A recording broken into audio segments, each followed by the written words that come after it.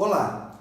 Você anda angustiado, tenso, preocupado com as coisas do dia a dia? Ou então fica ruminando os problemas do passado e do futuro e isso esgota toda a energia que você tem? Pois é, saiba que o desenvolvimento da sua espiritualidade pode ser a solução de todos os seus problemas. Quando a gente organiza o nosso interior e aproxima o nosso coração de Deus, tudo fica melhor. Eu gravei esse vídeo para você que anda angustiado, que anda sob pressão. Quero te apresentar um exército que está pronto para te ajudar. E na verdade, você também pode ajudá-los. Um aviso, esse conteúdo de hoje é plenamente católico. Roda aí, Ana.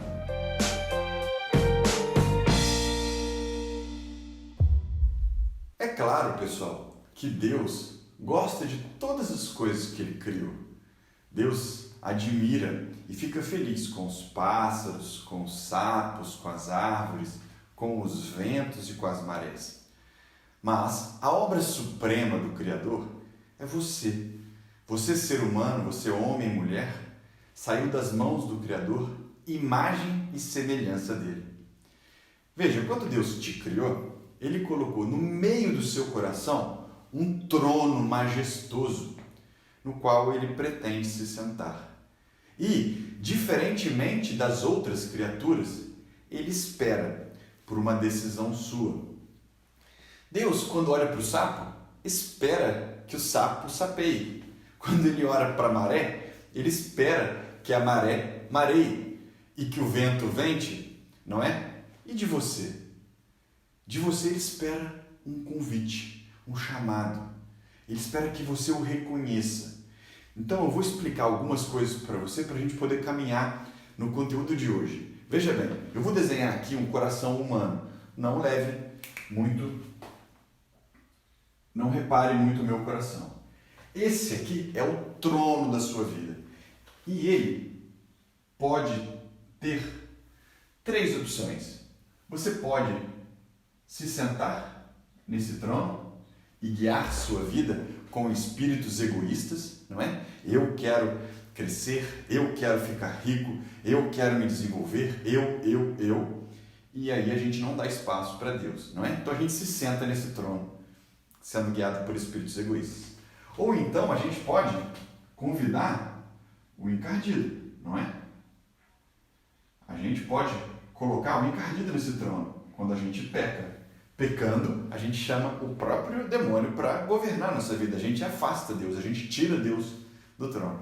Ou então, a gente pode escolher por Ele. Deus, venha governar minha vida. Venha e guie tudo que eu estou passando. O Senhor está no controle, o Senhor está no comando da minha vida. Bom, se Deus está no controle da nossa vida, a gente não o perde, a não ser que nós cometamos algum pecado grave, algum pecado mortal. Aí, nesse caso, a gente substitui Deus pelo encardido, ou até por nós mesmos. Mas o fato é que a gente tira Ele do trono da nossa vida. Isso é o pecado.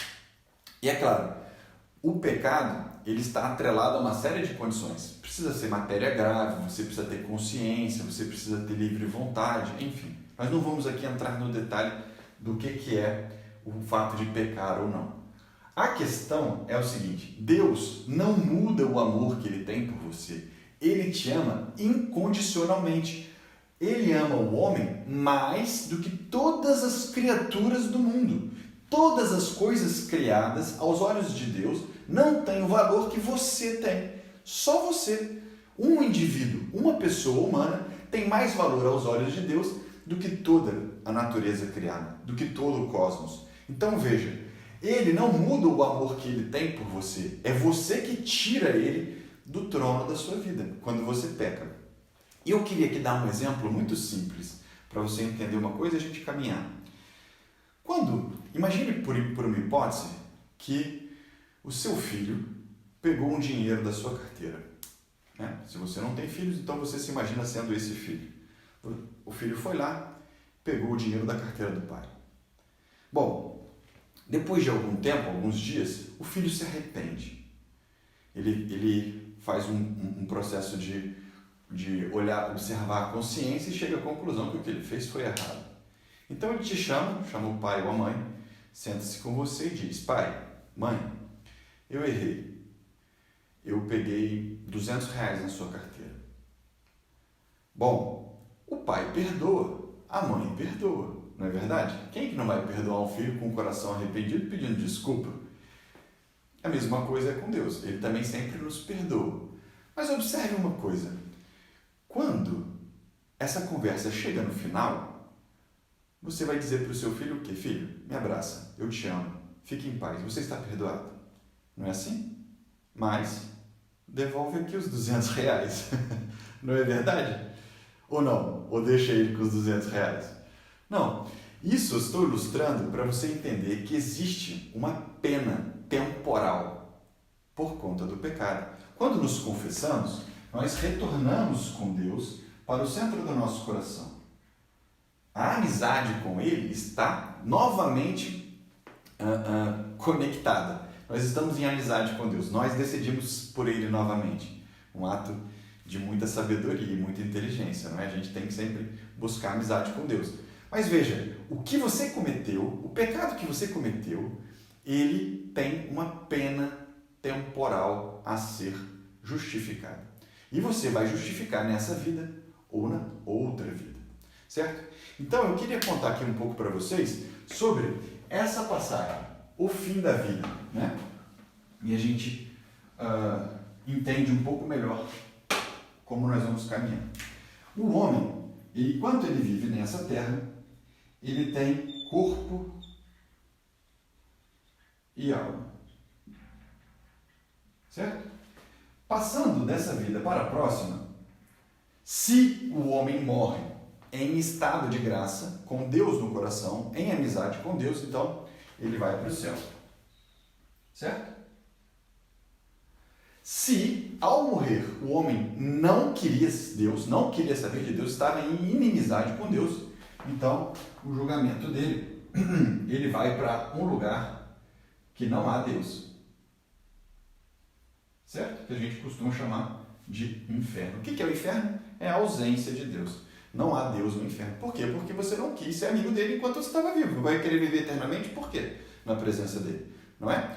Então, isso daqui, gente, é o catecismo da Igreja Católica. Eu não quero aqui entrar no mérito de indulgências, do que pode ser feito para se salvar. Enfim, só um conceito básico para você entender o que eu quero dizer. Quando nós morremos, e nós morremos em estado de graça, só que nós não pagamos todos os R$200 renda aqui, né? Quando a gente não satisfez toda a nossa pena temporal, nós vamos para um outro lugar, que se chama purgatório. É no purgatório que nós nos purificamos dos nossos pecados cometidos na terra. Nós nos desapegamos das coisas que nós temos apego.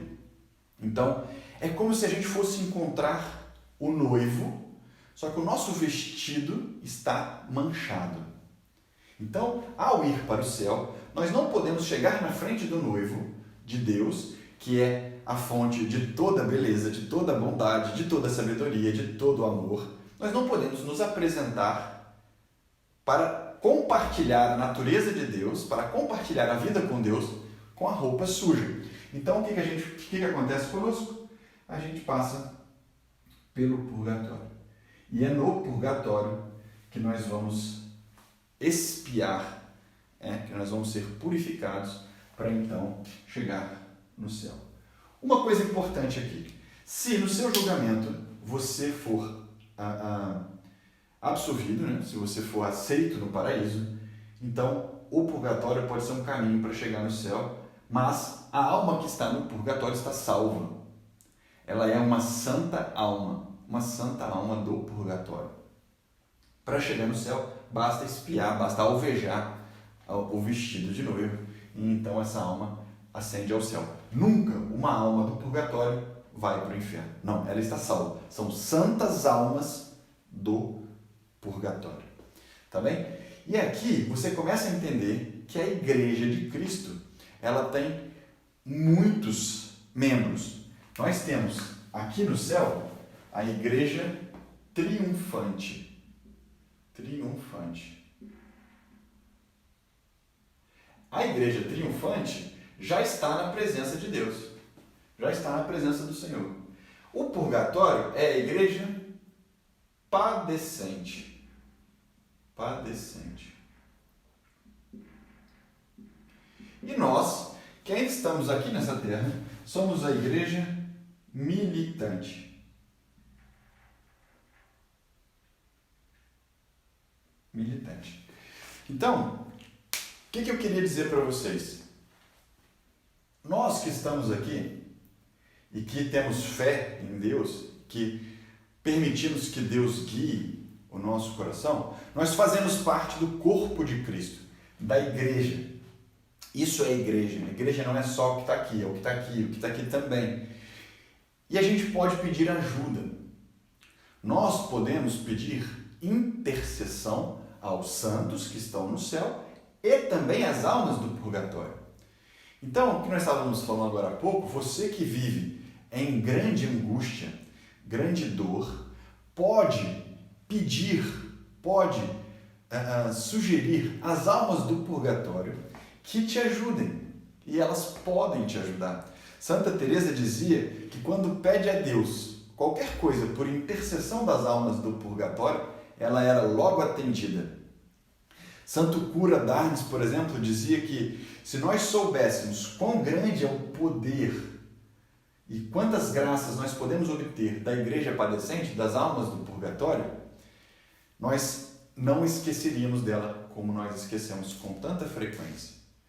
Então veja, essa é a igreja de Cristo. Igreja militante, padecente e triunfante. Mas eu queria dizer uma coisa para você. Então, enquanto estamos na Terra, nessa vida, o nosso corpo e a nossa alma estão unidos. Quando nós morremos, o corpo fica e a alma vai. Certo? Mas isso não é o fim. Um dia, lá na frente, a nossa alma vai voltar para o nosso corpo. Isso é ressurreição da carne. Você reza isso no creio, lá no finalzinho. Creio na Igreja Católica, na comunhão dos santos, na remissão dos pecados, na ressurreição da carne. É isso. Nós um dia vamos voltar a ser alma e corpo, porque nós somos seres humanos. Seres humanos não são como anjos. Anjos são só espíritos. Seres humanos são corpo e alma. Por um instante, por um momento, você vai para o céu e é isso, vai só a sua alma. Mas depois, no juízo final, quando houver a ressurreição da carne, nós habitaremos novamente o nosso corpo glorificado. Mas enquanto estamos vivos aqui na igreja militante, nosso corpo produz necessidades, produz desconfortos, não é? Então veja, quando você tem vontade de ir ao banheiro, o seu corpo está te impelindo a agir. Existe uma forte pressão no seu corpo para você ir logo para o banheiro, especialmente se você estiver com dor de barriga. Imagine também quando você está com fome ou com sede. Né? A angústia, o estado de angústia, quem está com sede é enorme, é horrível. Né? E com fome também. Por quê? Porque essas pressões são feitas em nós pelo nosso corpo.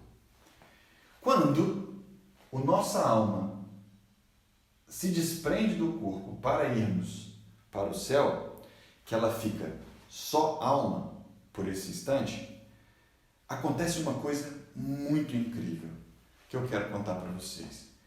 Ela só tem um desejo. Um desejo. A nossa alma, sem o nosso corpo, só tem um desejo. E esse desejo é se encontrar com Deus. Nós queremos a visão beatífica, nós queremos ver a face de Deus. Quando o nosso corpo não está mais conosco, esse é o único desejo da nossa alma. E esse desejo, essa necessidade da alma, ela é 20, 30, 100 vezes maior do que todas as necessidades do corpo juntas. Então você imagina, aqui a alma quer encontrar Deus. Se ela vai para o inferno, essa angústia, essa dor, esse sofrimento é eterno. Agora, se ela vai para o purgatório, se ela vai expiar os seus pecados lá na igreja padecente, essa angústia, essa pressão, ela é temporária, mas ela também existe. Então veja, as pessoas que estão no purgatório, as almas do purgatório, estão sobre uma pressão 100 vezes maior que a sua. Pelo menos. Não há angústia na terra que se compare à angústia do purgatório.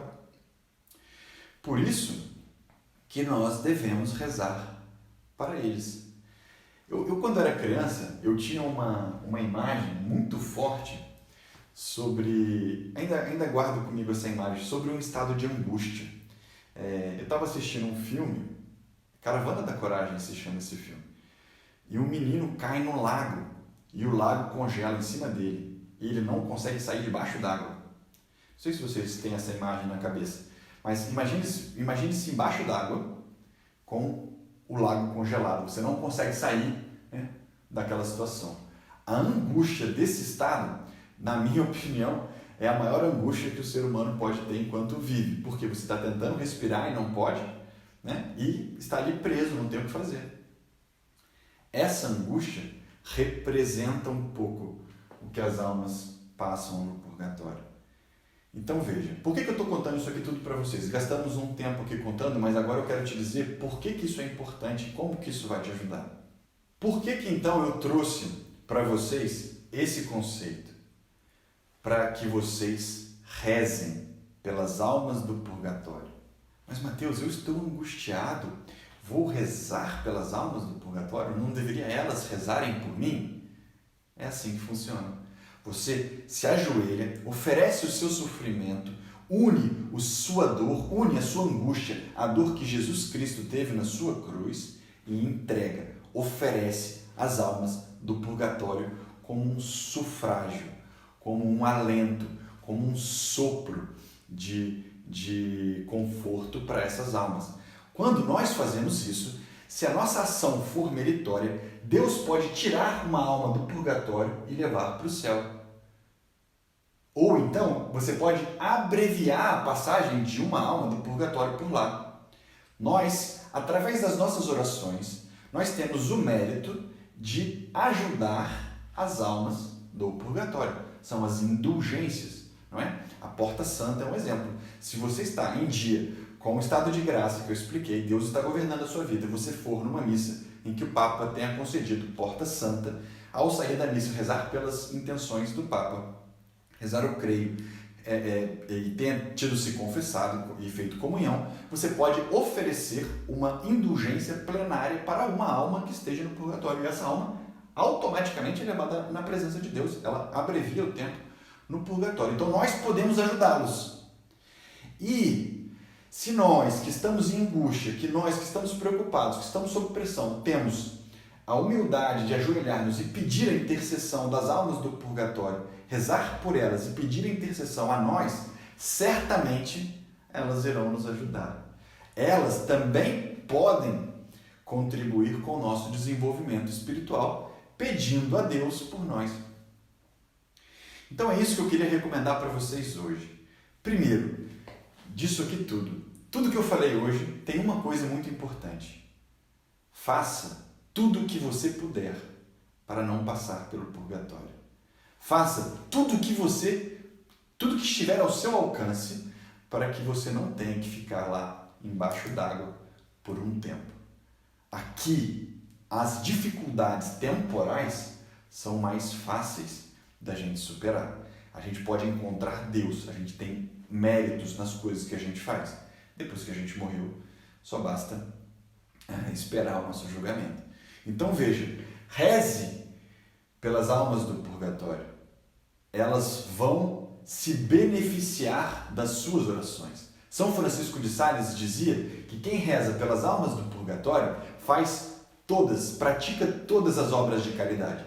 Dá a comer a quem tem fome, dá de beber a quem tem sede, veste aqueles que estão nus, dá hospedagem para os que não têm onde dormir. Por quê? Porque aqui as almas do purgatório têm todas essas necessidades e multiplicadas ainda. Então, quando você reza por elas, você está praticando uma obra de caridade. E, em contrapartida, elas também vão rezar a Deus por você. Então, primeiro, faça de tudo para não ir para lá. Segundo, reze por elas. Reze pelas almas do purgatório. e peça a intercessão delas para as angústias que você está vivendo. Eu vejo você. Deus abençoe. Tchau.